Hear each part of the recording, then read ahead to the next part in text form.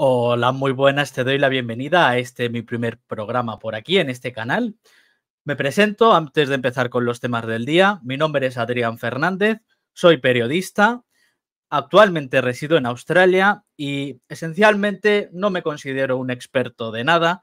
Me considero pues meramente un analista o quizá simplemente un comentarista. No me puedo equiparar a los auténticos genios que tenéis por aquí en este canal, empezando por el propio Ezequiel. Luego podemos hablar de muchos otros, ¿no? Por ejemplo, Moragón, otro Adrián, que también es tocayo, etcétera, ¿no? Pero en lo que sí espero ser bueno es recabando información interesante y comunicándola. Y también espero que mis reflexiones también te merezcan la pena. Entonces, sin más dilación, vamos a empezar con el programa de hoy, que va a tratar acerca de tres ejes principales. Vamos a analizar la visita de Orbán a Rusia, donde ha entablado una conversación trascendental con Putin, y vamos a ver las implicaciones de todo ello.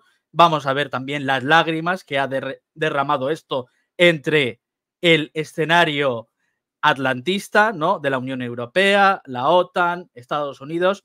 Después vamos a hablar de las elecciones en Reino Unido. Y es que esto tiene muchísima miga, esta cuestión. Que alguno dirá: oh, Dios mío, la pérfida Albión, oh, a ver si desaparecen ya. Que lo entiendo por otra parte, ¿no? Pero es que esta cuestión nos toca a todos. Es decir, lo que ha pasado en Reino Unido nos habla de, por ejemplo, la parasitación de nuestros gobiernos por parte de intereses privados y extranjeros, también los círculos, los grupos entre los que se mueve el poder o directamente que manejan al poder político. Así que realmente es un tema trascendental para entender las dinámicas intrínsecas de esta mal llamada democracia representativa en la que todos nos encontramos, o la mayoría de nosotros. Y luego, para el final del vídeo, voy a hablar también de otro tema que parece, a lo mejor, alguno se lo puede tomar a broma y demás, pero es un tema muy, muy relevante. Sabéis que en España se ha emitido una nueva ley que se ha bautizado como el pasaporte para regular el acceso de los adultos para el contenido para adultos, ¿no? Valga la redundancia. Intento hablar con eufemismos porque no quiero utilizar palabras gruesas por el tema de la censura y tal en esta plataforma, ¿no? Pero ha salido esta ley que se ha bautizado como el pasaporte, pero esta ley no trata ni de regular el contenido de páginas de adultos ni de proteger a los niños, como se ha enunciado, sino que trata de algo mucho más profundo, que de nuevo nos toca a todos. Entonces vamos a hablar de todo este sistema de control digital que se está preparando a nivel internacional. Así que lo siento mucho, si eres de LATAM, tampoco te vas a librar. Pero bueno, de esto hablaremos en la parte final de este programa.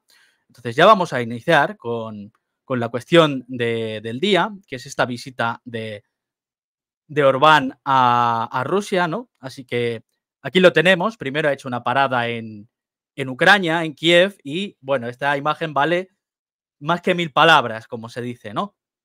Vemos el gesto de Orbán. Entonces, aquí vemos también pues la llegada, Cortés, cómo se han recibido el uno al otro. Y de lo que te voy a hablar en próximos minutos es de cómo se ha planeado esta reunión absolutamente en secreto, porque Orbán ha desvelado los entresijos de todo este acontecimiento, ¿no? Así que esto es lo que te voy a mostrar porque me ha resultado tremendamente interesante. Aquí vemos la cortesía de uno y otro: siéntate tú, no, siéntate tú. Entonces, el propio Víctor Orbán, esto es de hace apenas unas horitas. Perdonadme que voy a apagar una cosa que tengo por aquí, por si se está estropeando el audio, que no me he dado cuenta. Entonces, ¿de qué vamos a hablar? De este testimonio de Orbán, que es tan interesante, ¿no? Dice: los críticos dicen que soy amigo de Putin, pero soy amigo de los húngaros y amigo de la paz. La razón por la que negocio con Putin es porque estoy buscando la manera más rápida de detener esta guerra y crear la paz. Respecto a cómo se preparó la reunión, se hizo de forma totalmente secreta. Primero fui a Kiev para reunirme con Zelensky, pero una vez concluido esto, comencé a organizar la reunión con Putin. Imagínese, imagínese organizar una reunión así 2 días después. Y le pregunta al periodista: ¿cuándo hiciste esto? ¿En la carretera? ¿En el camino de regreso de Kiev a Budapest?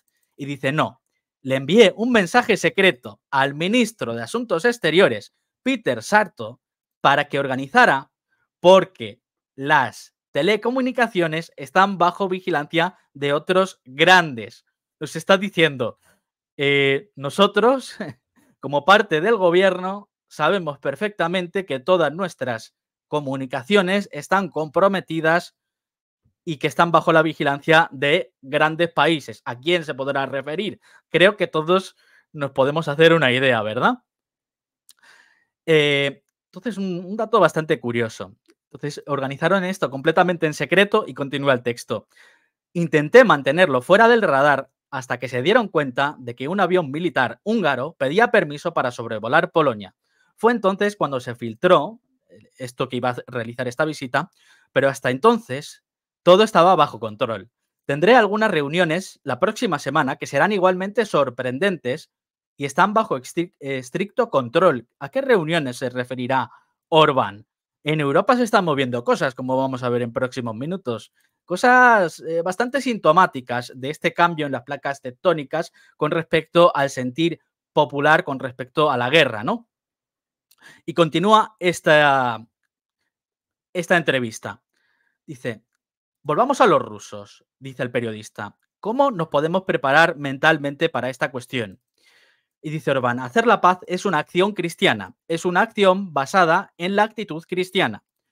Si quieres actuar moralmente, y la paz es una cuestión moral, debes prepararte espiritualmente. Eso es lo que he hecho.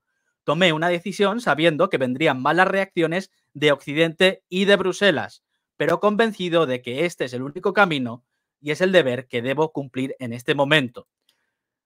Y luego vamos a ver quién realmente representa la voz del europeo medio, si Orbán o los que han criticado a Orbán, en esta cuestión en concreto, ¿vale? Dice, sigo siendo el único líder occidental que puede hablar tanto con Kiev como con Moscú. Todos los demás han creado una situación en la que no tienen posibilidades de comunicación directa con los dos actores principales, especialmente con los rusos. Esto es una de las razones por las que la visita de Orbán a Moscú ha sembrado el pánico. Y es que con esta visita ha demostrado que es perfectamente factible sentarse con Putin a hablar, es factible sentarse a la mesa y debatir acerca de una salida negociada y diplomática a la guerra, dejándoles en vergüenza a todos estos dirigentes que hablan, por ejemplo, de cómo Rusia está dispuesta a llegar hasta Lisboa, que por cierto ha salido en los últimos días una información en el New York Times que dice que los propios funcionarios estadounidenses son conscientes de que los rusos no se plantean invadir más allá de Ucrania. Pero entonces toda esta idea de que los rusos son bárbaros, son orcos descontrolados, liderados por Saruman, que sería Putin, que no es posible sentarse en una mesa de negociación con él, pues todo eso se disipa cuando ves cómo llega allí un señor que además representa en cierta medida a la Unión Europea, ¿no? Por esta posición rotatoria de la Unión Europea que ocupa en este momento Orbán, que esto es lo que ha hecho que la situación sea todavía más dolorosa para algunos, ¿no? Y continúa la entrevista. ¿Fue una semana histórica para usted personalmente reunirse con estos líderes? Y dice, no, para mí no es nada personal. Esto es un error, tomárselo de manera personal. La cuestión de fondo es mucho más importante, es la paz y la guerra. No olviden que durante esta entrevista en primera línea han muerto al menos una docena de jóvenes. Cada minuto hay viudas, niños sin padre y huérfanos. Lo que está pasando es tan espantoso, tan emocionalmente inaceptable, tan malo. Esta es mi motivación, sea cual sea el precio político que tenga que pagar en Bruselas. Intento hacer algo porque estoy en una posición especial como presidente rotatorio del Consejo y un hombre que tiene la oportunidad de hablar con todos. Unas palabras interesantísimas, ¿no crees? A mí me ha parecido eh, muy importante también traer a colación estas declaraciones que han surgido en las últimas horas. Entonces, cuando estaba sentado directamente con Putin, nos ha explicado un poquito más Orbán de qué hacía allí, ¿no? Dice que quería explorar la posición personal de Putin en cuanto a tres cuestiones. ¿Qué piensa acerca de los acuerdos de paz que actualmente hay sobre la mesa y cómo sería el formato de estas negociaciones? También quería Orbán, dice, saber acerca de la relación entre un alto el fuego y las negociaciones de paz. Y si es posible tener un alto el fuego antes que negociaciones de paz. Esto es un punto bastante importante porque algo que no va a aceptar Rusia, como se viene diciendo equivocadamente por parte de muchos medios, es que Rusia va a aceptar un alto el fuego porque están en las últimas, porque no pueden más. Rusia no se plantea un congelamiento del conflicto para que el bando ucraniano se rearme y después la OTAN, a través de este proxy, vuelva a azotar sus fronteras, ¿no? O sus territorios. Esto no lo va a permitir Rusia. Lo que sí se plantea Rusia es, si se sientan a la mesa y se tienen en consideración sus necesidades de seguridad estratégica, es decir, vamos a tener ejércitos entrenados, equipados y coordinados por la OTAN en nuestra frontera, ¿sí o no? ¿Vamos a tener misiles a pocos kilómetros de nuestras fronteras que no permitan que, por ejemplo, podamos llevar a cabo una respuesta nuclear efectiva o que no nos podamos defender adecuadamente en caso de un ataque nuclear? ¿Vamos a tener esta clase de armamento en nuestras fronteras? ¿Sí o no? Estas son las preguntas que quieren que le conteste Occidente a los rusos. No simplemente detener el conflicto y congelarlo para que dentro de unos años vuelva a la vida, ¿no? Entonces, otra cuestión que ha sacado a colación Orbán es que tenía curiosidad acerca de precisamente esto, el sistema de seguridad europea después de la guerra, porque esto es algo a lo que se van a tener que enfrentar los europeos tarde o temprano, porque Rusia, el país con mayor extensión territorial del planeta, no se va a mover a ningún sitio. Cuando acabe este conflicto, si no acaba todo en una gran conflagración nuclear, que esperemos que no, pero si acaba este conflicto va a ser necesariamente en una mesa de negociaciones, ya sea a través de un acuerdo de paz o a través de una rendición incondicional, ¿vale? Por parte de Kiev. Esas son las alternativas. ¿Se va a negociar? Sí o sí. Y cuando se negocie, pues se van a tener que plantear estas cuestiones. La seguridad para Europa, la seguridad para Ucrania, la seguridad para Rusia. Lo que pasa es que ahora mismo estos dirigentes, aparte de otros intereses, no se plantean esta situación porque ven inconcebible el hecho de que Rusia pueda tener designios de seguridad, ¿no? Que pueda tener estos deseos de seguridad. Casi que muchos dentro de las altas esferas no los consideran humanos. No existe esta empatía estratégica de decir, oye, los rusos pues también son seres humanos y quizá también quieran unas garantías de seguridad, que no quieran, a lo mejor, como cuando se originó la crisis de los misiles en Cuba, igual que Estados Unidos tenía el derecho para decir, oye, no quiero cabezas nucleares, no quiero presencia de la URSS en Cuba, pues a lo mejor Rusia también tiene ese derecho, ¿no? Es decir, no pueden empatizar a ese nivel, siquiera se lo pueden plantear. Les supone una vergüenza o algo inconcebible, pero es algo que tarde o temprano tendremos que empezar a darle una vuelta, ¿no? Si queremos una salida negociada. Entonces, bastante importante. Además, ya hemos visto cómo se ha originado toda esta reunión de manera bastante soterrada. Entonces, aquí tenemos más acerca de la visión geopolítica y estratégica de Orbán, que habla de que está en contra de la creación de diferentes bloques y dice, estamos en contra de dividir al mundo en bloques, es decir, Occidente versus los BRICS, versus el mundo multipolar, lo que se dice en inglés un juego de suma cero, a zero sum game, es decir, tienes que perder tú para que gane yo. Y el nuevo modelo que se está planteando es, a través de la diplomacia, a través de los acuerdos económicos, la cooperación y buscar el win-win, que obviamente también se puede ejercer control a través de la economía, a través del poder blando, pero intrínsecamente es mejor un modelo guiado por la diplomacia y por la economía que un modelo que se basa en arrasar con países enteros y sumirlos en el caos, ¿no? Y acabar con millones de vidas, porque tenemos que mantener una hegemonía que en realidad los Estados Unidos ya han perdido, únicamente que no se dan cuenta, ¿no? Entonces, dice Orbán algo bastante importante. Dice, a Hungría le interesa mantener relaciones económicas abiertas, pacíficas y dinámicas con los países del mundo. Esto, y de nuevo dejando de lado la opinión de Orbán en cuanto a otras cuestiones, pero a nivel de geopolítica, a nivel de cómo te relacionas en el mundo, es clave para cualquier dirigente que realmente ame a su pueblo.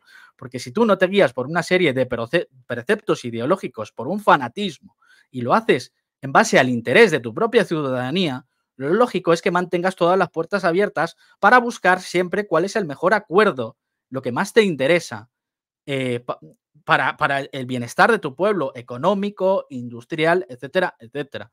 Entonces, esto se ve también, como vamos a ver, con las palabras que tiene Orbán hacia China, ¿no? Cómo lo vamos a analizar. Pero esto choca diametralmente con el sentir general de estas élites europeas que están dispuestas a sacrificar la prosperidad de sus propias naciones en pos de una ideología, de unos designios efímeros y realmente un fanatismo que no está dando ni siquiera los resultados deseados. Tanto es así que vemos cómo en los propios medios occidentales, en los propios medios atlantistas, reconocen la futilidad del conflicto y también recogen el sentir general de la población europea. Que esta información, estos datos que te voy a mostrar, de nuevo, esto no lo está publicando Russia Today, esto lo están publicando medios mainstream atlantistas en Europa, en este caso La Vanguardia de España.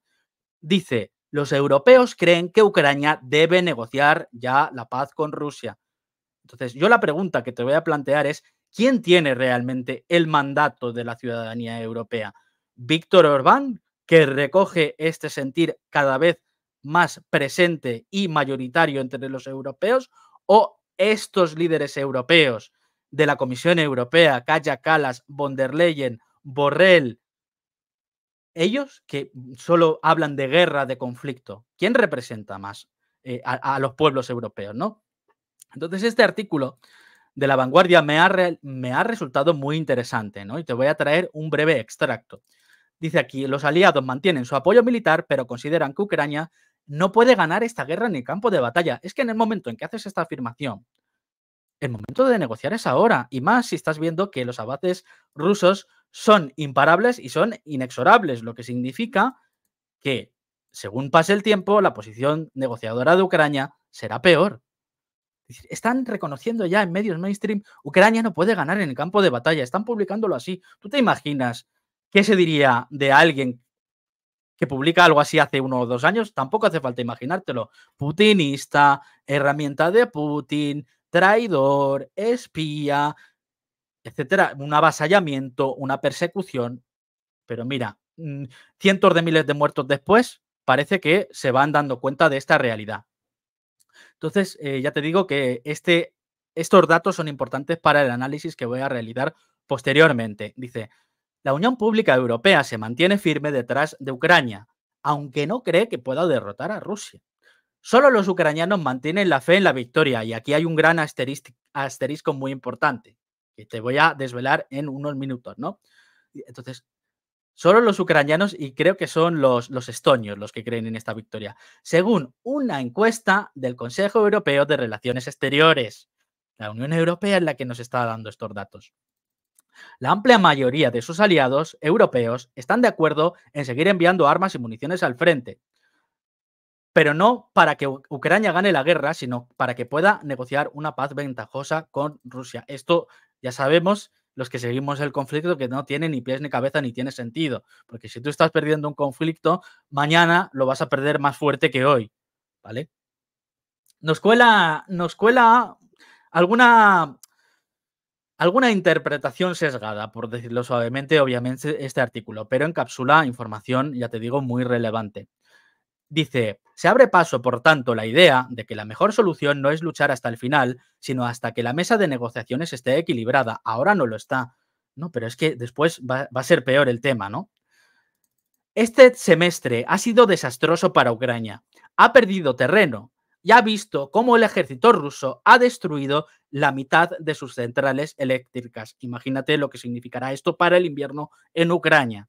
Que el Partido Republicano, por orden de Donald Trump, bloqueara durante meses el último paquete de ayuda estadounidense, impidió que Ucrania pudiera responder a la ofensiva rusa en el Donbass. Esto también es otra mentirijilla que nos están contando. Esto es propaganda atlantista, en tanto que, para empezar, ya sabemos que este armamento se ha seguido enviando de manera continuada a Ucrania, como se ejemplifica a través de la utilización de estos ATACMS mucho tiempo antes de que se firmara el paquete de asistencia a Ucrania que reportara su uso, ¿vale? Entonces, esto es para que Washington, para el complejo militar industrial estadounidense, no tenga que reconocer que es que no producen el suficiente armamento para derrotar a Rusia. Salía un artículo también en otro medio occidental que hablaba de cómo Rusia producía, no sé si era 5 o 7 veces más de armamento que todo Occidente combinado, y que encima lo hacía por una fracción del precio, un 20, un 25% de lo que costaba en Europa. Y cómo en Europa se han multiplicado los precios de este armamento. Es decir, no solo es escaso en comparación con lo que se necesita para luchar contra Rusia y en comparación con lo que produce Rusia, sino que encima es mucho más caro, ¿no? Entonces, es una cuestión de producción militar, no es una cuestión de retraso en el envío. También es una cuestión de que los rusos hagan, a través de su guerra de desgaste, porque no están focalizados en conseguir grandes avances territoriales, sino en desgastar al ejército ucraniano. También hemos visto en los últimos días, por ejemplo en mi canal lo hemos tratado, cómo el medio Welt habla de una falta crítica de soldados en Ucrania. Entonces no es por culpa de Trump, es por culpa de que Estados Unidos está utilizando a Ucrania en una guerra para la que no dispone Ucrania siquiera de las herramientas que necesita para ganar, ni demográficamente en comparación con Rusia, ni armamentísticamente debido a cómo está constituido el complejo militar industrial occidental. Pero ya nos están diciendo, es culpa de Trump. Trump ni siquiera ha llegado y ya le están echando la culpa. Lo que pasa es que esto es una salida mucho más fácil que decir, no, es que simplemente no producimos suficientes cabezas de artillería de 155 milímetros, ¿no? Luego dicen otra cosa también que quería puntualizar, dice el artículo. A su vez, la conferencia de paz del mes pasado en Suiza ha sido un fracaso. Rusia no estaba invitada y China, India, Brasil y otros países del sur global no asistieron. Este boicot demuestra las dificultades que tienen los aliados de la OTAN para aislar a Rusia. Siguen hablando de aislar a Rusia. ¿Boicot de quién? Es decir, si tú estás haciendo una supuesta conferencia de paz y no invitas a la parte implicada, ¿quién boicotea a quién? Pues para mí, el que no envía la invitación a la parte interesada es el que está boicoteando o se está auto boicoteando.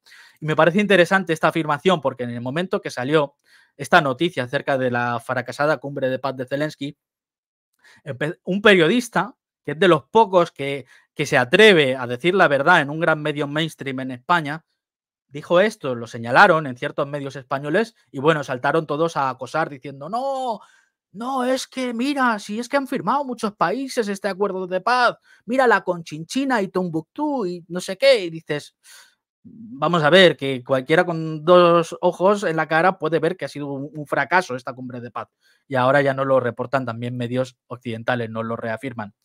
Había otro extracto bastante interesante de este artículo y con esto ya quiero finalizar, que dice: al margen de Ucrania, solo Estonia considera que el ejército ucraniano prevalecerá.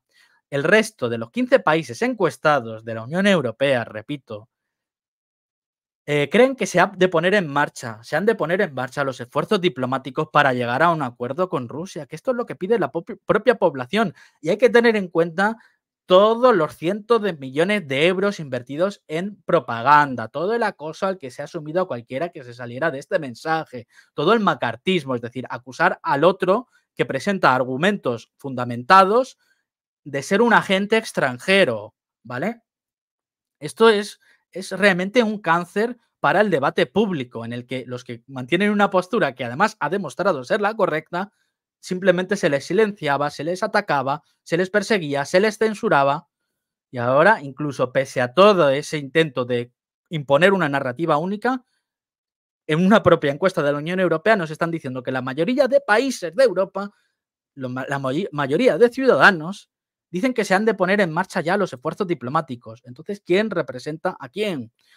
Y solo por tratar muy brevemente el tema de la guerra en Ucrania, sobre el terreno.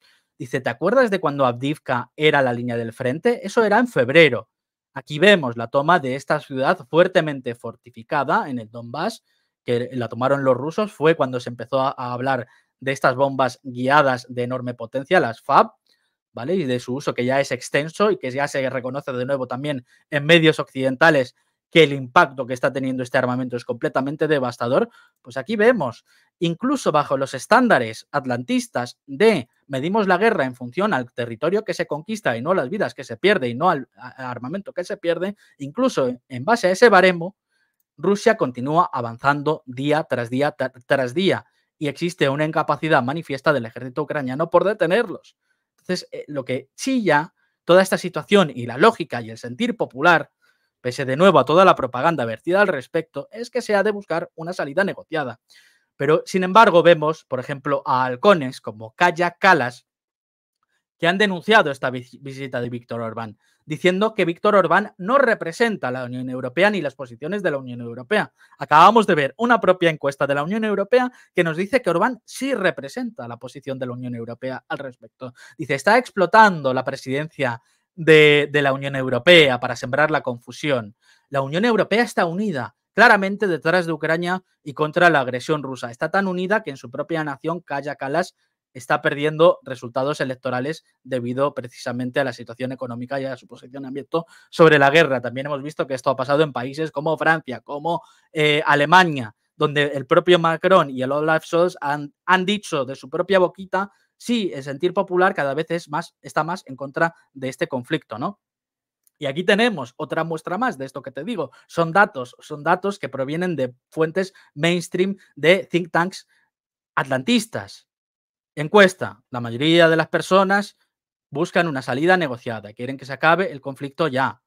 También, ¿recuerdas que en el artículo este de La Vanguardia que dicen, no, pero los ucranianos sí quieren continuar luchando? ¿De verdad que sí? ¿De verdad que sí? Estuvimos viendo con el compañero Ezequiel en el anterior programa este artículo de The Nation que habla de cómo la postura en contra del conflicto por parte de Ucrania y en búsqueda de una salida negociada está creciendo exponencialmente con respecto a lo que era hace apenas un año y medio. Y creo que ahora son ya un 44% los que quieren una salida diplomática, aunque eso implique perder territorio, frente al 48%, si no recuerdo mal, que sí estaría dispuesto a continuar con la guerra. Hay que tener en cuenta que la encuesta no se ha realizado sobre personas que han huido de la zona del conflicto, que seguramente estén más a favor de una salida negociada y si no sería pura hipocresía, ¿no? Y tampoco se ha podido realizar por motivos evidentes en las líneas del frente, en las poblaciones colindantes a donde se desarrolla el conflicto, que esa gente seguramente tenga todavía más intención de que se acabe por fin esta guerra, ¿no? Y sobre todo, lo que hay que ver es el ascenso fulgurante de la posición ucraniana a favor de una salida diplomática, aunque eso implique perder territorios. A eso hay que prestarle atención. Es decir, la democracia solo sirve cuando obedece a los intereses de esta élite político-económica, ¿no? Y es que nos jugamos mucho, es que no son solo cientos de miles de vidas, que ya es decir, no es solo miles de millones, decenas de miles, cientos de miles de millones de euros y de dólares. No, no, no, nos estamos jugando un posible intercambio nuclear, ¿vale? Porque hemos vivido, por ejemplo, cómo se ha utilizado armamento de los Estados Unidos dirigido por los Estados Unidos a través de operarios, a través de sus satélites, a través de su planificación, cómo ese armamento ha ido a deparar sobre civiles rusos en las playas de Sebastopol y cómo desde Estados Unidos decían, pues si los rusos no quieren que mueran sus civiles, pues que paren la guerra, ¿vale? Y hemos visto como Podolyak decía, no, pues es que en Crimea no hay inocentes, no se puede llevar a cabo la vida civil en las playas, ¿no? Y Lavrov nos está diciendo, los misiles ucranianos no vuelan sin la guía directa de Estados Unidos. Estaréis al pendiente de una respuesta rusa en el futuro previsible. Y Rusia ya ha dicho que su respuesta puede ser tanto simétrica, es decir, un ataque directo de donde procedan estas agresiones, o una respuesta asimétrica, por ejemplo, dándole misiles hipersónicos a los hutíes en otras partes del mundo. Así que ojito. También Stoltenberg dice, Orbán no representa a la OTAN en Moscú, sino solo a su país. Bueno, ya es algo, por lo menos le reconocen esa legitimidad, ¿no? Aquí también Kallas, enfadadísima, le han recordado aquí que no tenía problema tampoco en darse la mano con regímenes más autoritarios, ¿no? Es decir, esto de la lucha de la democracia contra el autoritarismo es otra falsedad porque sabemos que los Estados Unidos arman a la mayoría de regímenes autoritarios del planeta. Lo que pasa es que se mide en función a, ¿eres un régimen autoritario? Sí, pero ¿eres amigo o eres enemigo? A mis intereses. Ahí es donde está la clave, ¿no? También Ursula von der Leyen, ¿no? Dice, el apaciguamiento no parará a Putin. Pues el campo de batalla tampoco le está parando, doña von der Leyen. Dice el amigo Thomas Farsi en su cuenta de Twitter, están literalmente aterrorizados ante la perspectiva de una paz que supondrá un golpe muy grave a su imperio de muerte y miseria. Máximo respeto a Víctor Orbán por enfrentarse por sí solo al establishment de la UE y de la OTAN, el establishment imperial. Bolas de acero. Y la verdad que sí, y más viendo lo que le pasó al pobre Robert Fico, ¿no? Cómo fue atacado por parte de un fanático atlantista. Y luego tenemos otro cínico más, el embajador de los Estados Unidos para Hungría, diciendo, no, es que a Orbán le interesa la paz porque, claro, él recibe energía de Rusia. Hombre, claro, va a mirar por el bienestar de su vecino, si te parece. Pues si es el líder de Hungría, pues mirará por el bienestar económico de Hungría. ¿Por quién va a mirar? Dice, no, es que tiene un incentivo económico. Ah, y usted, señor estadounidense, los envíos de gas natural licuado que han aumentado exponencialmente tanto en cantidad como en precio hacia Europa, eso no es un beneficio para la élite de su país, o el envío masivo de armamento, o la subyugación total de la Unión Europea a los designios geopolíticos de Estados Unidos. Eso no es un interés perverso que tienen los Estados Unidos en continuar con un conflicto que se ha cobrado cientos de miles de vidas. No vaya. Entonces tenemos también otras figuras políticas muy relevantes, como Sarah Wagenknecht, ¿vale? Del Parlamento alemán, que ha ascendido su partido en gran medida junto también a AfD, debido a su posicionamiento en contra de la guerra. Y dice, Scholz y la Unión Europea deberían de tomar a Orbán como ejemplo. Después de su visita a Kiev, Orbán aboga por negociaciones con Moscú. Y dice Scholz, no puede hacer eso. ¿No debería el canciller, pregunta, dadas las cifras de las encuestas, empezar a preguntarse por quién habla realmente? Recordemos el batacazo que se ha pegado el partido de Olaf Scholz, que pasó, si no recuerdo mal, de primero a tercero. Creo que el canciller debería apoyar este tipo de iniciativas en lugar de bloquearlas. Ya es hora de dar los primeros pasos hacia la paz para acabar finalmente con la muerte y la destrucción, ¿no? En este conflicto, y así es. Luego los húngaros, ni cortos ni perezosos, esta señora Annalena Baerbock, que dijo públicamente que ella iba a continuar con su apoyo a la guerra de Ucrania independientemente de lo que pensaran sus propios ciudadanos, esta gente que luego dice que tú no representas a la población, pese a las encuestas que hemos visto, pues parece ser que se iba a reunir con su homólogo húngaro para explicarle cómo no podían hacer esto. Y inmediatamente tras estas declaraciones, lo que han hecho los húngaros ha sido cancelar la reunión sin dar explicación alguna. Es decir, le han dado con la puerta en todas las narices a Annalena Baerbock. Vemos también cómo Orbán no solo ha estado luchando en contra del inicio de la Tercera Guerra Mundial, sino que ha defendido los intereses de la ciudadanía europea en otros ámbitos. Por ejemplo, ha intentado bloquear sin éxito este robo de activos rusos congelados, que esto supone un varapalo para la arquitectura económica financiera de Europa. Es decir, si tú coges el dinero de los rusos, de empresas, de ciudadanos rusos, dices, ya no los puedes movilizar, te los paralizo aquí, 300.000 millones en activos, y luego se los robas a los rusos, no es el daño que le vayas a hacer más o menos a los rusos, sino es el daño hacia la confianza de tu propio sistema financiero, porque luego los saudíes o cualquier otra persona del sur global va a ver esto y va a decir, que si tengo mi dinero en un banco europeo, me lo van a congelar y me lo van a robar. Pues lo meto en otro banco, vamos a montarnos un sistema financiero paralelo a este que tienen en Occidente, que es lo que está pasando. Es decir, este robo, este desfalco, en realidad es un regalo, es una manzana envenenada que se dan a sí mismos los propios europeos, porque esto ayuda precisamente a lanzar este sistema financiero alternativo del sur global. Otra cuestión que dice Orbán acérrimo anticomunista, como dice en su juventud y como seguirá siendo, ¿no? Sin embargo, es capaz de sentarse con China. No es como Milei, ¿no? Que dice, yo con los chinos ni a comprar el pan, ¿no? Y luego va por ahí arrastrándose, ¿no? Este señor dice, oye, ¿qué le interesa a mi pueblo? ¿Que hable con los chinos? Hablo con los chinos. Dice, China es con diferencia la mejor del mundo en ciertas áreas. A los húngaros nos gustaría tener lo mejor del mundo, la electromovilidad, los ferrocarriles. Estos aspectos están dominados por las empresas y el conocimiento chinos. Nos gustaría ser ser parte de las ventajas de su tecnología desarrollada, sin filias, sin fobias, mirar por el interés de tu población, que es de lo que debería de tratar ser político, ¿no?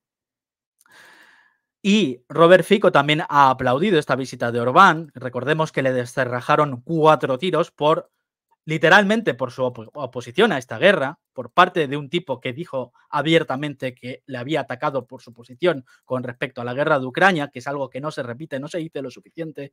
Un jefe de Estado atacado por un fanático a favor precisamente de la Tercera Guerra Mundial, ¿no? Dicen en esta publicación, hay que pedir el Nobel de la Paz para Orbán y Robert Fico. Oye, yo no sé qué opinarás, te leeré en la caja de comentarios, que me pasaré por aquí a leerlo, pero si se lo dieron al carnicero de Obama, ¿por qué no se lo van a dar a esta gente? ¿No? Yo creo que la historia va a ser bastante más generosa con Fico y Orbán con respecto a su posición sobre este conflicto en concreto, de nuevo, es decir, va a ser la historia mucho más generosa que con los von der Leyen, con los Borrell, con los Kaja Kallas de la vida, si es que se puede llegar a escribir esta historia y no cometen una locura antes, que en absoluto es descartable. Pero vemos cómo esto está teniendo un efecto sísmico en cuanto a la política exterior europea. Esta valentía y también esta percepción y estas estadísticas que nos hablan de cómo cambia la sensación de los europeos hacia la guerra. Parece que por fin se están dando cuenta de que es fútil y de que es tremendamente peligroso y cruel continuar por este derrotero. Tanto es así que Bulgaria dice que va a proponer en la cumbre de la OTAN negociaciones de paz entre Rusia y Ucrania, afirmó el primer ministro en funciones de Bulgaria, Dimitar Glashev. Dijo, creo sinceramente que debemos defender unas negociaciones de paz en las que Bulgaria actúe como mediadora. ¿Qué podría ser mejor que esto? Esto es lo que ofreceré. No hay ningún problema con ello. Por hablarte un poquito más de estas placas tectónicas, tenemos como Le Pen y como Vox, Abascal, que son 2 partidos denominados de extrema derecha, se están vinculando a esta posición en contra de la guerra de Ucrania. ¿Nos podemos fiar de un político? No, de ninguno de ellos. Pero, aunque sea por mero oportunismo, el hecho de que se estén acercando a esta postura, que la estén cooptando, que la estén capitalizando políticamente, demuestra que existe ese caldo de cultivo entre los europeos de buscar un fin al conflicto, un fin a las sanciones. Y pues a mí lo que más me gustaría es una integración de Europa en Eurasia por el bien y la prosperidad de sus pueblos, ¿no? Entonces, que haya partidos, por ejemplo, Vox no es más que una escisión de un partido conservador mainstream de España que se llama PP. No puedes esperar que esta persona se mueva por cuestiones ideológicas, se mueve por cuestiones netamente oportunistas. Pero el hecho, ya te digo, que de que se muevan en esta dirección es muy significativo y muy interesante. Y hasta aquí va a llegar el primer bloque de hoy. Llevo 40 minutos. Me queda bastante información que te quiero compartir, ¿no? Espero que el programa hasta ahora te esté gustando. Si es así, pues ayuda a que dejes un like y también que te suscribas al canal de DMP Geopolítica para ayudar a este proyecto a crecer, para ayudarnos a seguir realizando estos contenidos. También, si me quieres seguir en mi otro canal, tengo un canal de YouTube, por si no lo sabías, que se llama El Doomer Noticias, donde también hablo de estas cuestiones, ¿vale? Entonces, los 2 bloques que nos quedan son bastante relevantes también. Voy a intentar ir rapidito. Básicamente, vamos a hablar, como te decía al inicio, de las elecciones en Reino Unido, pero es que son bastante esclarecedoras de algo que pasa a nivel global, como ahora podrás observar. Y también vamos a hablar del tema del pasaporte, y este realmente es el tema más importante del directo de hoy. Bueno, entre eso y la guerra termonuclear están ahí, y no estoy ni exagerando ni bromeando. Entonces, ¿qué ha pasado en las elecciones de Reino Unido? Pues que ha arrasado el Partido Laborista, ¿no? Con Keir Starmer a la cabeza, que se convierte en el próximo primer ministro de Reino Unido. Entonces, esto se ha vendido como un aplastamiento total del Partido Laborista, Se ha vendido por parte de otros como, no, mira, ganan los laboristas, el antifascismo, la alternativa de izquierdas, los típicos de siempre que viven en otro universo paralelo que no se enteran de nada, ¿no? Ahora vamos a ver quién era Keir Starmer, porque es una historia que creo que va a parecerte alucinante si no le conocías. Pero de nuevo, volviendo a esta temática que sirve de hilo conductor para el programa de hoy, que es dónde está la voluntad popular, dónde está el mandato popular de estos dirigentes que actúan de espaldas a sus pueblos, a quienes se deben realmente. Vemos en la Unión Europea el sentir popular va en una dirección y, sin embargo, a puerta cerrada, en comandita, entre humos de puros, casi que te vienen esas imágenes a la cabeza, se elige de manera antidemocrática a una serie de líderes como Kaja Kallas, como von der Leyen, que van a ahondar precisamente, van a abundar en estas políticas a las que cada vez más europeos se oponen. Es la antítesis de la democracia, ¿no?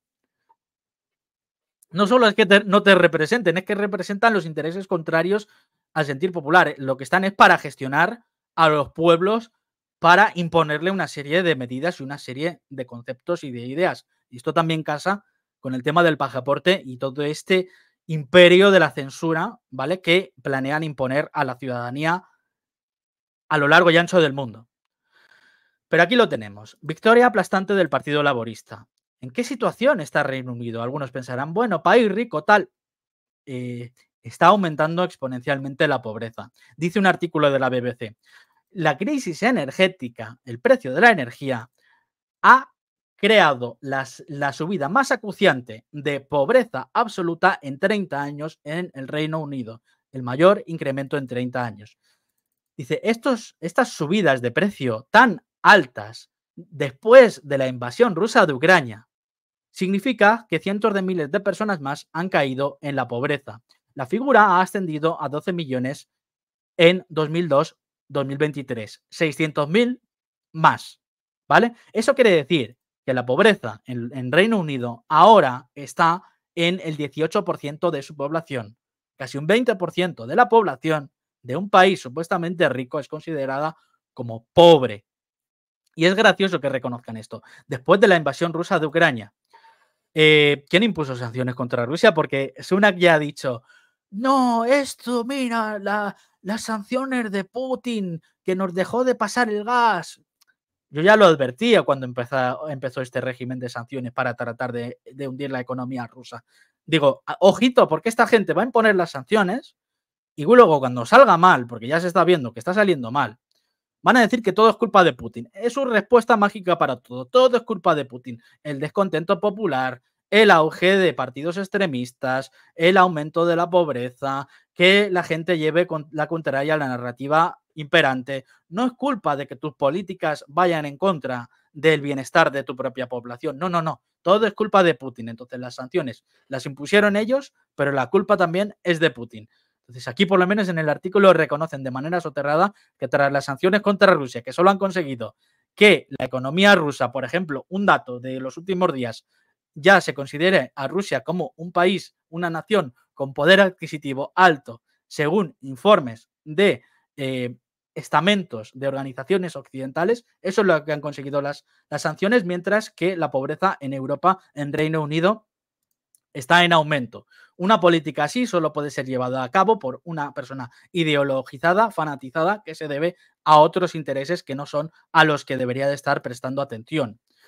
O luego este tuit que compartí en su momento, que me pareció simplemente brutal, que dijo el Banco de Inglaterra, que es que los británicos tienen que aceptar que son pobres y ya está.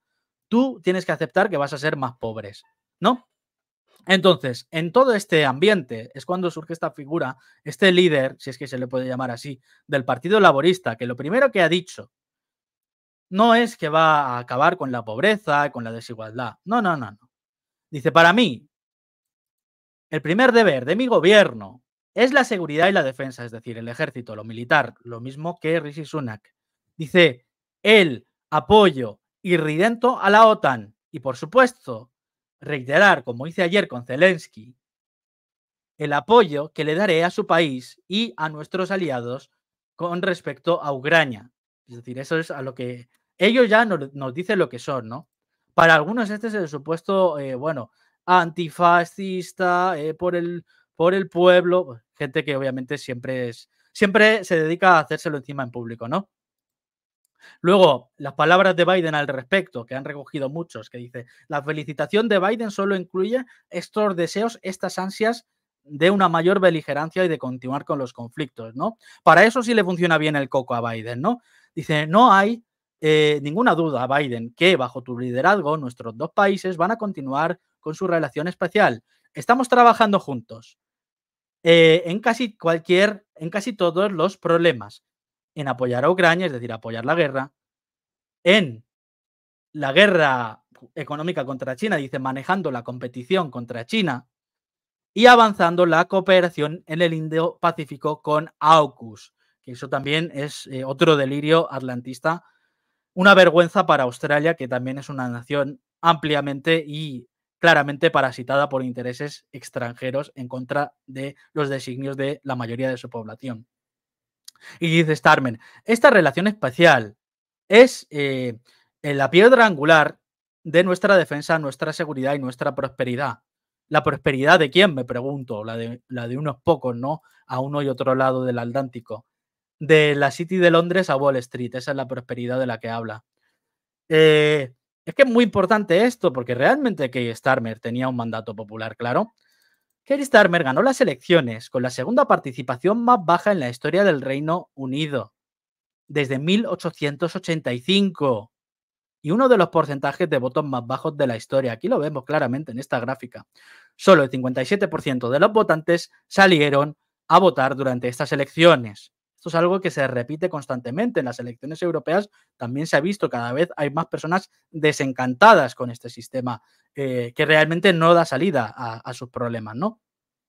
Vemos cómo paulatinamente, pero sin cesar, continúa bajando la participación en estas elecciones, del 83% en 1950 al 57% ahora, una caída bastante drástica.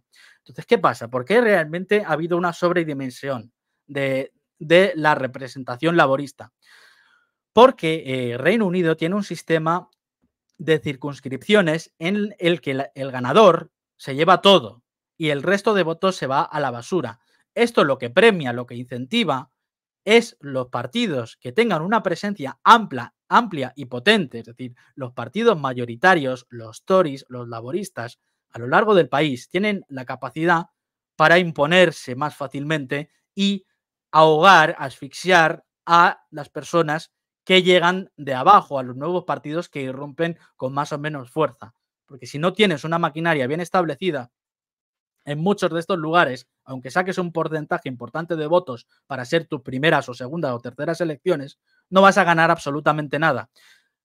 Tan perverso es este sistema que los laboristas, pese a los que ya han dado la espalda a este gobierno con su abstención, que no ha parado de crecer, tenemos que el 34% del voto total emitido les ha dado un 63% de la representación institucional.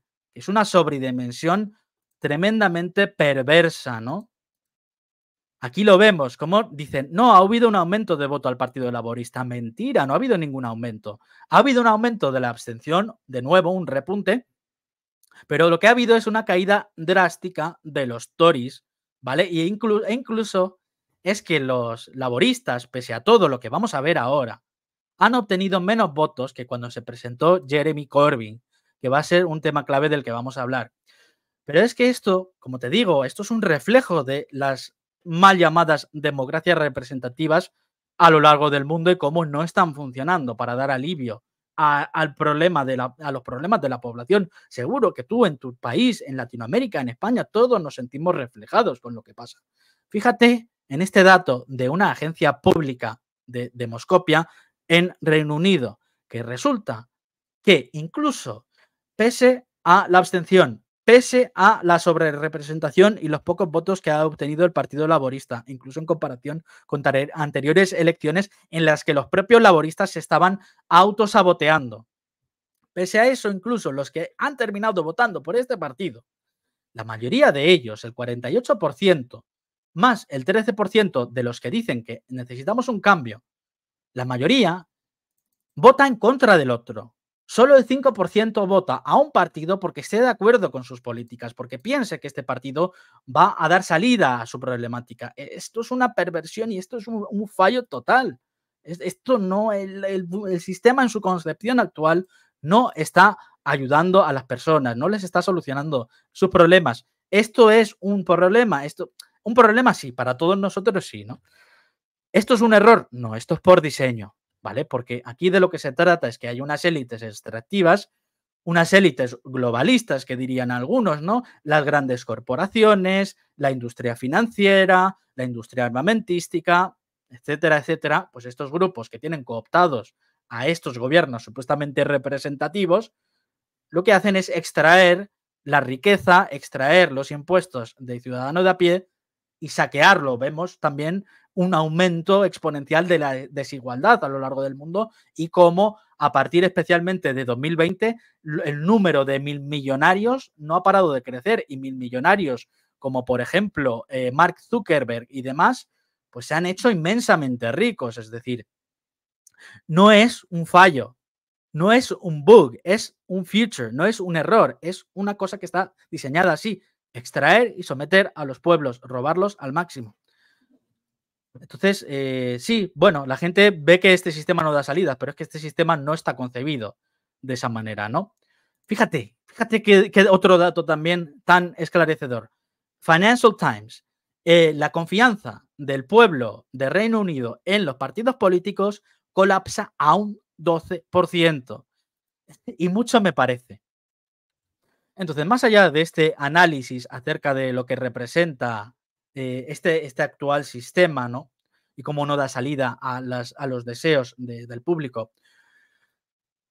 ¿Quién es Keir Starmer? Pues Keir Starmer, y aquí vamos a entrar ya en el tema, un tema más turbio, ¿no? De quién está detrás de este señor, a qué intereses no se debe. Ya sabemos que a la ciudadanía y a sus intereses no se debe. Entonces, ¿a quién se deben realmente? ¿Con quién compadrean? Para empezar, este caballero ha dicho en una televisión, ¿vale? En una entrevista que le hicieron, que Israel. Aquí utilizo un eufemismo para evitar la censura de los vídeos. Entonces, cuando diga Legumbrelandia, significa es la mejor democracia o la única democracia en Oriente Medio. ISRAL. Esto es Legumbrelandia. Lo digo así porque si dices ciertos términos, a YouTube se le cruzan los cables y te censuran, te demonetizan, que significa que el vídeo perderá alcance. Entonces, evito decir ciertos términos.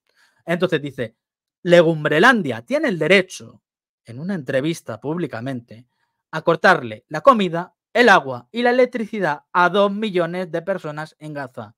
Esta es la catadura moral de esta persona. Pero es que además los círculos entre los que se mueve y quien tiene detrás es realmente curioso, interesante y sintomático de la podredumbre que existe en estas altas instancias políticas a lo largo y ancho de todo Occidente, y en LATAM yo sé que también conocéis de cerca estas historias, ¿vale? De todas estas ONGs, de todos estos lobbies, estos grupos de presión, estos grupos de inteligencia. Entonces, fíjate, el ex espía de Legumbrelandia, ex espía, si es que puede existir un ex espía, ¿no? Alguien relacionado a la inteligencia de Legumbrelandia, ha permanecido activo en el Partido Laborista desde donde fue expuesto por The Electronic no voy a decir esa palabra completa porque también podría desencadenar una censura, pero básicamente el Partido Laborista contrató a esta persona para ayudar al partido a influir en eventos o narrativas online y a rastrear a laboristas que estén en contra de Legumbrelandia, porque un breve inciso, estaba este señor, Jeremy Corbyn, que tenía una postura a favor de este otro país de Oriente Medio. No el ente de Legumbrelandia, sino el otro país que está siendo devastado y que está siendo masacrado. ¿Vale? Él tenía una posición a favor de este país que empieza por P. Y entonces, desde el propio Partido Laborista, le avasallaron y le hicieron la vida imposible. Entonces vemos que ocupa un gran puesto de responsabilidad una persona que es conocida como ex miembro de la inteligencia, ¿no? Dice este periodista, ¿vale? Asa Winstanley, que trabaja para esta palabra que no puedo decir. Dice, además de estar en el bolsillo del lobby de Legumbrelandia, el próximo primer ministro británico está comprometido con un ex agente de una potencia extranjera. Kaplan desempeña un papel clave en el Partido Laborista cerca de Keir Starmer y su oficina, pero que hay mucho de lo que hablar en este sentido, ¿vale? De qué clase de poderes se mueven por ahí. Ahora te lo voy a mostrar. Pero, por ejemplo, existen muchas dudas acerca del rol que ha desempeñado Keir Starmer como fiscal, ¿vale? Por ejemplo, tuvo un papel que está siendo muy criticado con respecto al caso de Julian Assange, que sabemos cómo precisamente desde el Estado profundo, desde la inteligencia estadounidense, tenían un interés en que el sistema legal de Reino Unido le mantuviera preso y le extraditara a los Estados Unidos. Entonces parece que Keir Starmer ha estado presuntamente haciendo un poquito ese juego en cómo ha llevado el caso de Assange. Ha sido partícipe de someterle durante todos estos años a estas condiciones infrahumanas en una cárcel de máxima seguridad por ejercer de periodista. Luego se ha reunido con jefes de la inteligencia de Reino Unido, que sin duda es potentísima, después de decidir no investigar ciertos casos de tortura, por ejemplo. También ha sido miembro de la Comisión Trilateral, que lo vamos a ver ahora. Reuniones con gente muy importante en Washington, D.C., ¿no? Es decir, podemos pensar que este señor se relaciona directamente con lo que se conoce con el Estado profundo y además tiene a representantes de intereses extranjeros y de este Estado profundo, porque al final son todos parte del mismo contubernio, los tiene en su administración, en su aparato del partido, ¿no?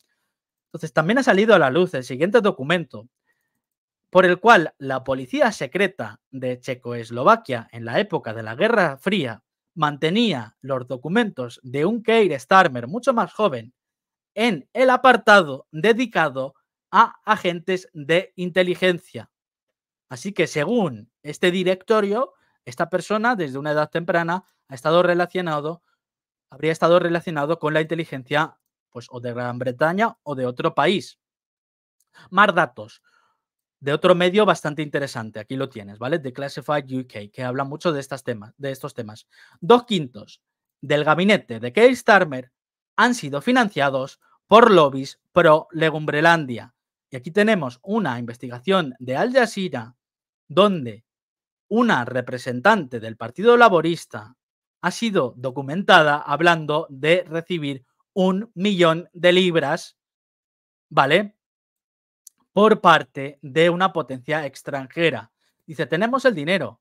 Son más de 1.000.000 de libras. Tengo el dinero. Fíjate en qué ámbito se mueve, en base a qué se mueve el Partido Laborista. Decía esto Robin Williams: los políticos deberían de llevar chaquetas sponsorizadas como los conductores de NASCAR y así sabremos quién es su dueño. Esto se debería de aplicar a políticos, a periodistas. Tendrían que ir con un cartelito diciendo, pues yo cobro, mira, este señor que está todo el día hablando a favor de la guerra, que cobra su medio del complejo militar industrial. Oye, pues este cobra de las grandes farmacéuticas, este cobra de la agroindustria, este cobra o tiene relación con pues ciertos servicios de inteligencia o con cierta potencia extranjera. Deberíamos de saberlo por una cuestión de transparencia y calidad democrática. Yo apoyo este concepto.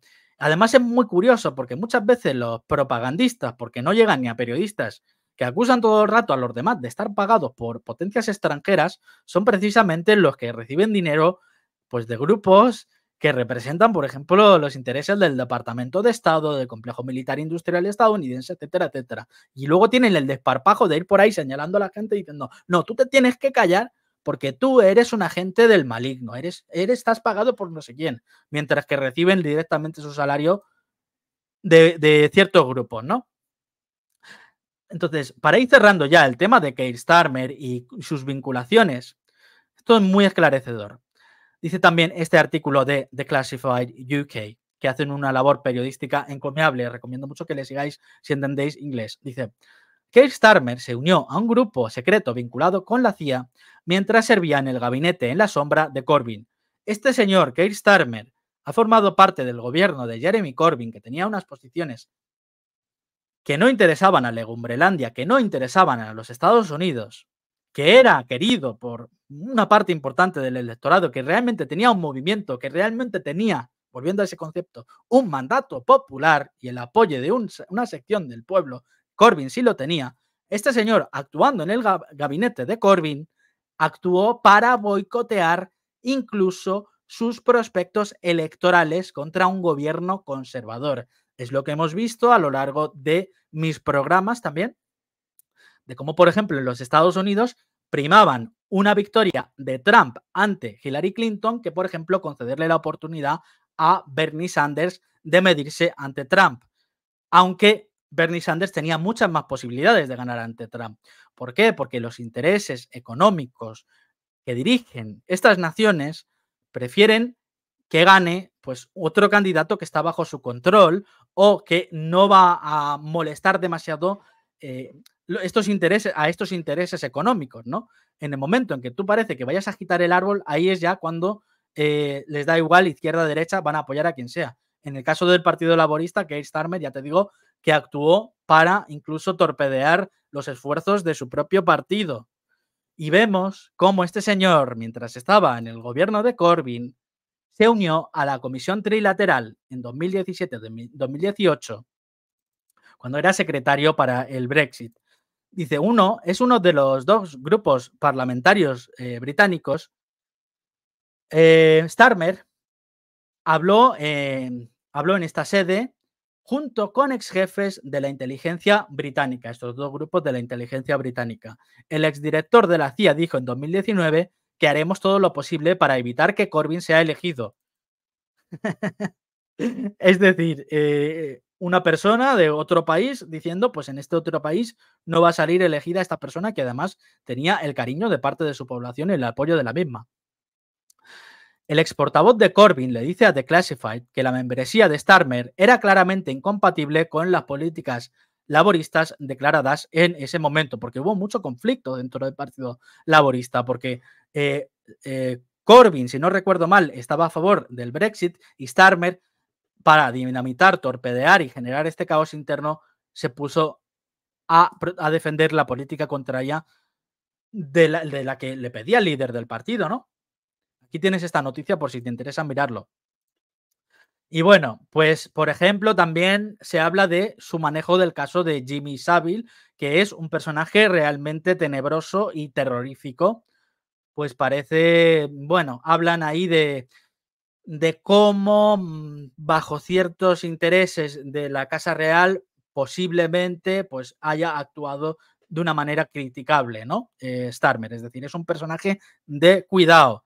Luego tenemos más pruebas sobre esto que te digo, cómo están actuando precisamente desde dentro del Partido Laborista en contra del designio de sus votantes.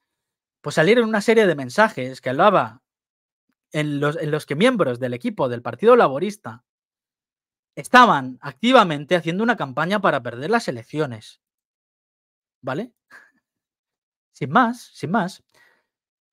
Y luego, pese a todo, Corbyn se ha presentado como candidato independiente y pese a toda la propaganda vertida en su contra y demás, pues ha aplastado por completo al representante del Partido Laborista que se presentaba en su contra. Es decir, Corbyn sí que ha conseguido un asiento en la Cámara de Representantes, ¿vale? Ha vencido en Islington North. Pues mira, hasta aquí llega esta sección del programa. Espero que te haya parecido interesante. Me lo puedes decir en la caja de comentarios. No sé cómo has visto este primer programa, si te ha gustado, si hay algo que debería de mejorar, si se ha entendido todo bien, si voy todo rápido, si voy demasiado rápido o si te da tiempo a ir entendiendo lo que voy describiendo. No sé, en general la crítica constructiva me ayuda También me ayuda a saber si te ha gustado el programa, las palabras de aliento, decir, bueno, está todo perfecto, está todo bien, pues también me indica pues, que debo de seguir por ese camino, ¿no? Entonces, una vez dicho esto, ya vamos a entrar en la recta final del programa, que como te decía, es uno de los aspectos más importantes de este directo. Y esto te sonará. Y es que en España ha salido una ley por la cual los adultos que quieren acceder a páginas web, no por, de nuevo utilizo un eufemismo, necesitan un carnet digital de 30 accesos válido durante 30 días. Esto ha generado muchas risas, muchos memes y algunas críticas. Y veremos por qué esas críticas están bastante bien fundamentadas. Lo primero que he de decir sobre esta cuestión es que esto no tiene que ver ni con el no por ni con defender a los niños. Como ya he explicado en un vídeo donde detallo todo esto de manera pormenorizada, sabemos que no es para ayudar a los niños porque bajo la presidencia del PSOE y sucedáneos, la pobreza infantil ha alcanzado un récord en la Unión Europea según diferentes ONGs, ¿vale? Entonces, si no les preocupa que puedan comer los niños y cómo sobrevivan y la situación en su casa, pues no me vengas a defender una ley que vulnera los derechos de la ciudadanía porque es que, ay, los niños me importan mucho. Obviamente es mentira. Y por otra parte, tampoco sirve para acabar con el acceso de los adultos al no por, porque de momento esta ley, en su actual concepción, solo servirá para que los españoles no puedan acceder a páginas de este tipo que radiquen en España, que son una infimísima minoría. La mayoría de páginas web de esta clase están albergadas en otras naciones, ¿no?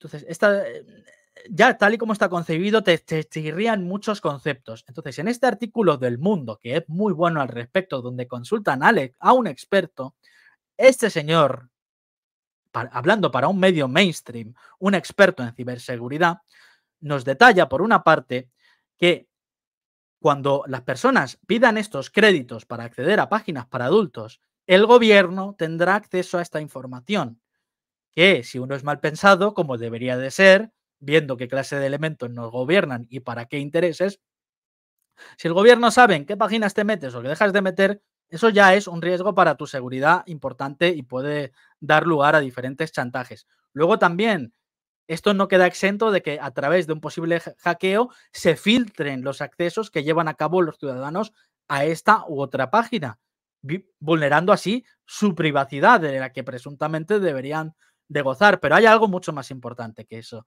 La clave, que esto de nuevo lo dice un experto en seguridad para un medio mainstream, la clave de este tema es que una vez esté instaurado este sistema, se podrá utilizar para prevenir el acceso a otros bienes y servicios online, a otras aplicaciones. En el propio artículo se detalla cómo miembros del gobierno ya están hablando de cómo van a intentar extender la capacidad de este sistema y de esta normativa para afectar a redes sociales, para afectar a distintas aplicaciones, a todo tipo de páginas.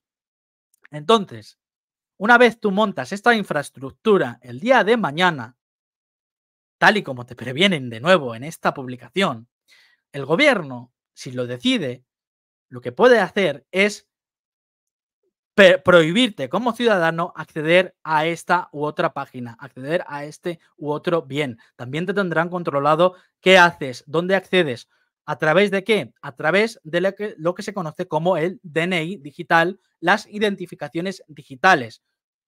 Tendrán tus datos biométricos, tu foto, tu edad, tu nombre, tu apellido. Que alguien dice, no, mira, es que Google ya sabe todo lo que hacemos. Obviamente, no me vas a venir a contar a mí que Google sabe lo que hacemos porque cuando yo todavía tenía pelo, seguía el tema de Snowden, el tema de Prism, el tema de vigilancia global que se ha instaurado. Llevo desde entonces siguiendo precisamente a Snowden, a periodistas como Glenn Greenwald, que está especializado en esta cuestión, y obviamente sé hasta dónde llegan estos mecanismos de vigilancia. Lo que pasa es que esto supone un salto cualitativo. Cuando Internet era primigenio, era primitivo, lo que hacían estas agencias de inteligencia y estos intereses económicos era como una aspiradora absorber todos los datos. Y luego estos datos realmente no sabían muy bien qué hacer con ellos. Pero ahora, en esta época, ya existen las herramientas a través de diferentes sistemas computacionales, a través de las inteligencias artificiales, a través de equipos humanos, van a ser capaces de organizar esta información y después actuar sobre ella, clasificando a individuos según sus afiliaciones o según el riesgo que supongan para un sistema establecido para ciertos intereses u otros, ¿no? Entonces ya estamos en esa fase. Entonces lo que quieren con esta ley es traer la puerta de entrada para que el uso de Internet por parte de los ciudadanos españoles quede vinculado a datos biométricos. Entonces podrán saber con total certeza quién ve qué página, quién usa qué aplicación y luego podrán actuar sobre ello y decir, ah, que te has portado mal, no accedes a esta página. Esto es lo que, esta es la clave del tema, ¿vale? Y esto no tiene nada que ver tampoco con España, porque este señor, este ministro, no es capaz ni siquiera de servirse un vaso de agua ni sabrá hacer un PowerPoint. Estas órdenes vienen dadas de arriba. ¿De dónde vienen dadas? Pues que esto es un movimiento internacional. Por ejemplo, viene desde la Unión Europea, donde se está trabajando en las identificaciones digitales, en las monedas centrales de los bancos centrales y en la ley de servicios digitales. ¿Vale? Esto es un peligro tremendo para la ciudadanía a lo largo y ancho del mundo. No solo afectará a Europa porque esto sienta un precedente. Por ejemplo, la normativa de censura europea. La libertad de expresión y de información en Internet es la piedra angular para que exista alguna esperanza para la humanidad, para que nos podamos organizar, para que nos podamos informar más allá de este mensaje único que realmente es suicida, que nos está llevando a la autodestrucción económica, a una desigualdad rampante, a la perpetuación de un conflicto que podría terminar con una conflagración nuclear a gran escala. Entonces, la libertad para debatir, para informarnos, para organizarnos en Internet es la piedra angular de todas las demás luchas de nuestra era. Si no tenemos esto, no tenemos nada más. Por esto esta cuestión es tan absolutamente fundamental. Y obviamente, unos políticos que, como ya hemos visto a lo largo de este programa, saben que no cuentan con el mandato de sus pueblos porque ellos están ahí para legislar en contra de los intereses de la mayoría. Saben que esto en algún momento va a reventar. Entonces, ¿qué van a hacer? ¿Cambiar estas políticas? No, no las van a cambiar, porque son plenamente conscientes de que esto es por diseño. Ellos te saquean por diseño, te someten por diseño, te empobrecen por diseño. Esas políticas no van a cambiar, porque los intereses que tienen detrás no van a cambiar. Entonces, ante el problema que están generando, ¿qué pueden hacer? Valerse de las consecuencias, del descontento social, de pues cada vez más fricciones internas, valerse de esto como excusa para imponer ahí sí un sistema de control tecnológico totalitario, ¿vale? Para no dejarte escapar ya de la jaula. Ya no vas a poder protestar, no te vas a poder organizar. ¿Cómo va a producirse esto? Pues si quieres pasar el vídeo, Chaza, de este señor, me lo puedes dejar pausadito. Este señor es Karsten, ¿vale? Puedes pausarlo si quieres. Y ahora lo traduzco. Este señor que tienes aquí es Agustín Karsten, que por cierto es mexicano, y es el director de BIS, el Bank for International Settlements, que es una organización que coordina a distintos bancos centrales a lo largo del planeta. Entonces, ¿de qué nos habla este señor en el vídeo? Nos habla de las monedas digitales de los bancos centrales o CBDCs. ¿Qué son? Son monedas programables. ¿Qué quiere decir esto?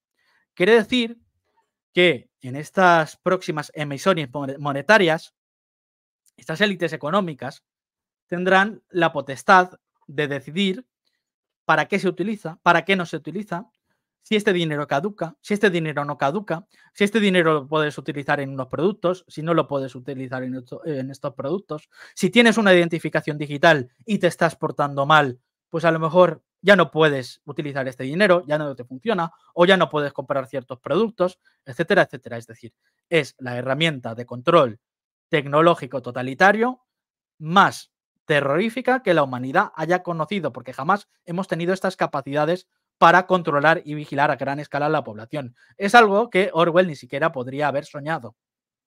Entonces alguno dirá, ¡ah, conspiración, reptilianos!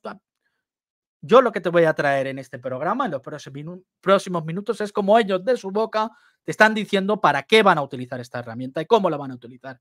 Y son herramientas que ya están en marcha.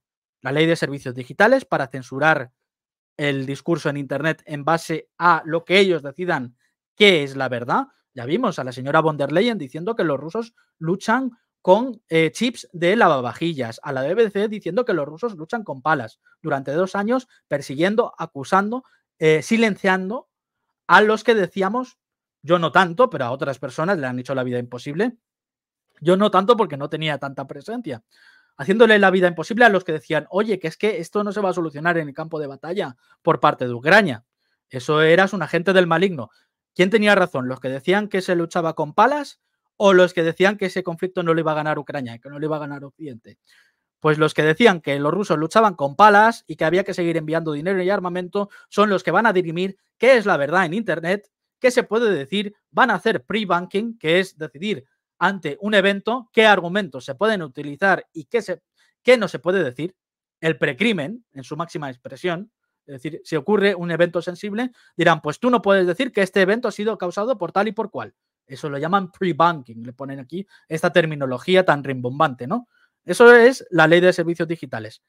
La identificación digital, tus datos biométricos, sabrán qué haces, qué no haces en Internet, te controlarán los accesos a distintas plataformas y servicios. Por eso empiezan con el no por y con esta historia en España, porque es un país tremendamente servil y es un tema que, bueno, jiji, jaja, es que si estás en contra es que eres una persona, eres un onanista, que no te controlas, etcétera, etcétera, ¿no? No tiene nada que ver con esto. Pues entonces tenemos censura y control, vigilancia en Internet, datos biométricos vigilando lo que haces en la red e incluso fuera, por ejemplo, a través de todas estas cámaras de vigilancia, ¿no? Una vez que tengas este perfil. Y las CBDCs, que son ya la guinda del pastel, estas monedas programables. Entonces, tenemos aquí a este señor, director del BIS, anunciando las CBDCs, que son un proyecto que se está llevando a cabo en decenas de naciones, en las naciones más importantes del mundo. También se está testando, se está desarrollando para países del sur global, se está desarrollando para Latinoamérica, ¿vale? Por eso te digo que este es un tema que te importa y te importa mucho. Porque una vez que todo esto esté en marcha, se va a aplicar, si pueden, a escala global, por supuesto que sí. Entonces, una vez hecha esa introducción, tenemos aquí a Agustín Carstens, que no es un Mindundi, no es cuenta reptiliano 27 de Twitter, es el director del maldito BIS. Fíjate lo que te dice. Si quieres, Chaza, me pones ya el vídeo y dice, ¿podrías volverlo a poner? Que lo voy a leer desde el principio, discúlpame, ¿eh? Dice, nuestro análisis sobre las CBDCs y sobre su uso para el público general, tendemos a establecer que una equivalencia con el efectivo, tendemos a establecer esta equivalencia, pero hay una diferencia enorme. Con el efectivo no sabemos quién usa un billete de $100. No sabemos quién usó un billete de 1.000 pesos hoy.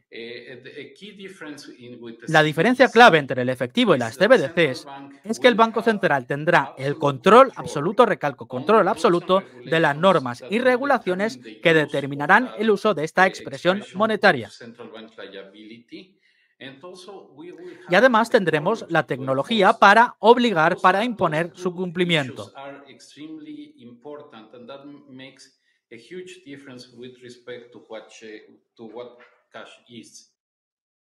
Ellos te lo cuentan.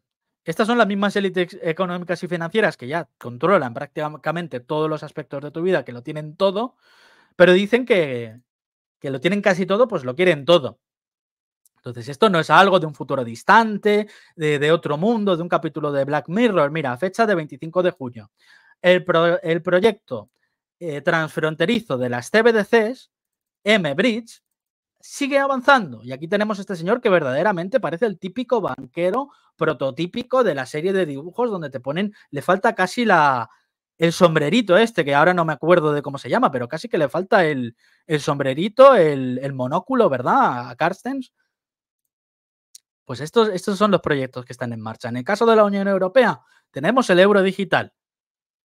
Entonces aquí lo anuncia Lagarde, dice, no te preocupes, porque es que cuando esté el euro digital también vas a poder utilizar el efectivo.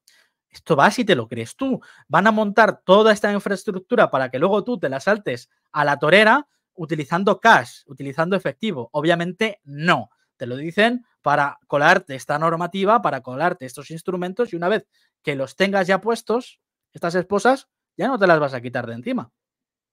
Entonces le hicieron aquí una nota de la comunidad que es esclarecedora y dice que hay grupos civiles, que esto está publicado en Reuters, como aquí te traigo, grupos civiles que hablan del riesgo que esto supone para la anonimidad y la privacidad de la ciudadanía, porque obviamente no es un error, es por diseño, quieren acabar con la privacidad del ciudadano de a pie. El que el que es parte de esta clase parásita, de esta élite, de este contubernio público-privado, pues él podrá tener su dinerito en un paraíso fiscal bien privado, ocultado del gran público, mientras que se porte bien dentro de ese club, ¿no? Porque si no te chantajearán, como hagas algo, pues te castigamos, ¿no? Pero existirá una privacidad para los ricos, para los que dominan nuestras vidas, que realmente si se supone que nos representan a nosotros, debería de haber una transparencia total. Tendría que ser, es el mundo del revés.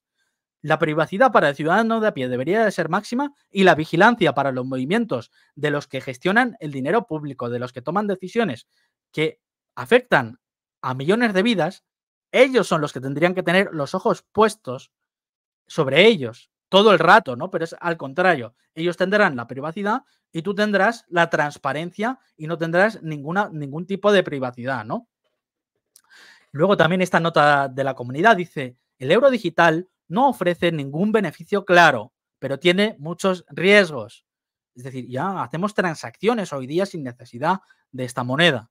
Lo que pasa es que esta moneda la quieren porque pueden ver todo lo que haces con este dinero y pueden controlarlo, que es el otro aspecto. Y no es que lo diga una persona, no es que lo digan dos, es que ellos, parte de esta élite económica, te lo dice en tu cara. Lo que pasa es que la mayoría de la población está anonadada y no presta atención de estas cuestiones. Tenemos a Bo Lee, subdirector del FMI, que dice las CBDC son programables, de manera que permitirán a los gobiernos dictar centralmente qué tipo de personas pueden utilizarlas y qué tipo de cosas pueden comprar con ellas. Si esto no te parece preocupante, somos de una especie diferente, ¿no? Estos mismos gobiernos que no obedecen al mandato popular, que toman y ejecutan leyes de espaldas y en contra de los intereses de la ciudadanía, van a ser capaces de implementar estas monedas con las que tendrán todavía más control sobre nuestras vidas, ¿no? Otro testimonio, ex jefe de la división china del FMI, Eswar Prasad, dice, las CBDC serán programables, de manera que permitirá a los gobiernos dictar cómo, cuándo, dónde, en qué y por quién pueden gastarse, incluida la imposición de fechas de caducidad.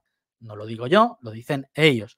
Luego, sobre la ley de servicios digitales, y ya mismo cerramos. Pues tenemos aquí, por ejemplo, a Thierry Breton, ¿vale? Este comisario europeo. Esta ley de censura online en Europa que ya ha sido aprobada, ya está en marcha. Lo que pasa es que esta gente no es tonta.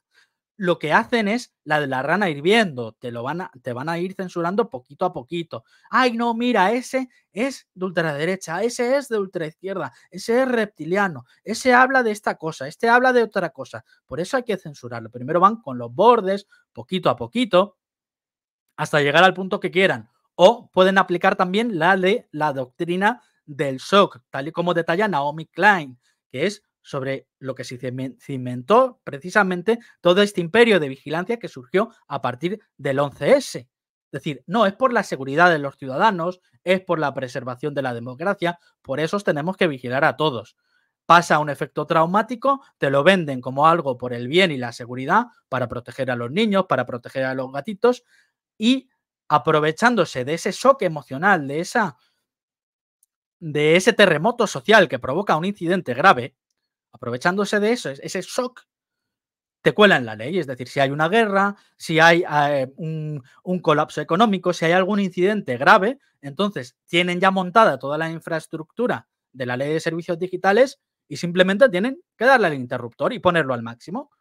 Y con la excusa de, no, es que lo tenemos que hacer para proteger a la población o en contra de los agentes de Putin. Algunas cosas se buscarán, pero esta infraestructura está aprobada y está en marcha y además quienes la manejan, pues son, por ejemplo, los gestores de contenido de Facebook, que sabemos que provienen literalmente de las agencias de inteligencia estadounidenses. Entonces, ¿cómo va a regular el contenido esta clase de empresas? Si están dirigidas por intereses económicos y por los intereses de la política extranjera de los Estados Unidos. ¿A quién van a callar? ¿A quién van a perseguir? Pues te lo podrás imaginar, ¿no? Y aquí lo tenemos, también la identidad digital aprobada en Europa, con una ministra mucho antifascista, como sería Calviño, ¿no? Pues aquí sonriendo y dándonos el pulgarcito arriba con uno de los instrumentos que servirá para implementar la dictadura totalitaria más terrorífica que la humanidad haya conocido. Eso sí, por nuestro bien y por el progresismo pues de toda la humanidad. Ese es el cinismo en el que vivimos, ¿no? Entonces, ya estamos en la recta final del capítulo de hoy. Te voy a dejar con una canción, que es una sorpresa que te tenía preparada. Nada más que vamos a ponerla durante 30 segundos. Pero antes de eso, de nuevo, si no te has suscrito a este canal, pues ayudarás a todos los que realizamos estos programas. También me gustaría saber si me conocías antes, si te ha gustado el programa, si no me conocías. Si quieres encontrarme, me puedes seguir en el canal del Doomer Noticias, donde también hablo de esta serie de cuestiones. Si quieres saber más, por ejemplo, acerca del pasaporte, tengo un vídeo donde lo analizo en detalle. Y nada más, saber tu crítica constructiva. Si te ha gustado, Alberto García dice, me gusta este programa. Muchas gracias, Alberto. Yo, pues aquí me he sentido muy cómodo junto al amigo Chaza, que es el que maneja todo entre bambalinas. No sé si se puede desvelar esto o si es un secreto profesional, pero bueno, a mí como no me han hecho firmar ninguna cláusula, voy por ahí desvelando secretos. Bromas aparte, muchísimas gracias por haber llegado hasta aquí y nos vemos en la próxima. Te dejo con unos segundos de esta canción. Hasta luego. Adiós. El pasaporte, ya no puedo hacerme pajas por deporte. El pasaporte, me quedan dos. Puedes quitarme, que ya es suficiente. Ahora tenemos las gallolas limitadas. Tenemos que aprender a gestionarlas. Una paja al día para los mayores. No veas cómo me pesan los cojones. El pasaporte, ya no puedo hacerme pajas por deporte. El pasaporte, me quedan dos, no hay quien lo soporte.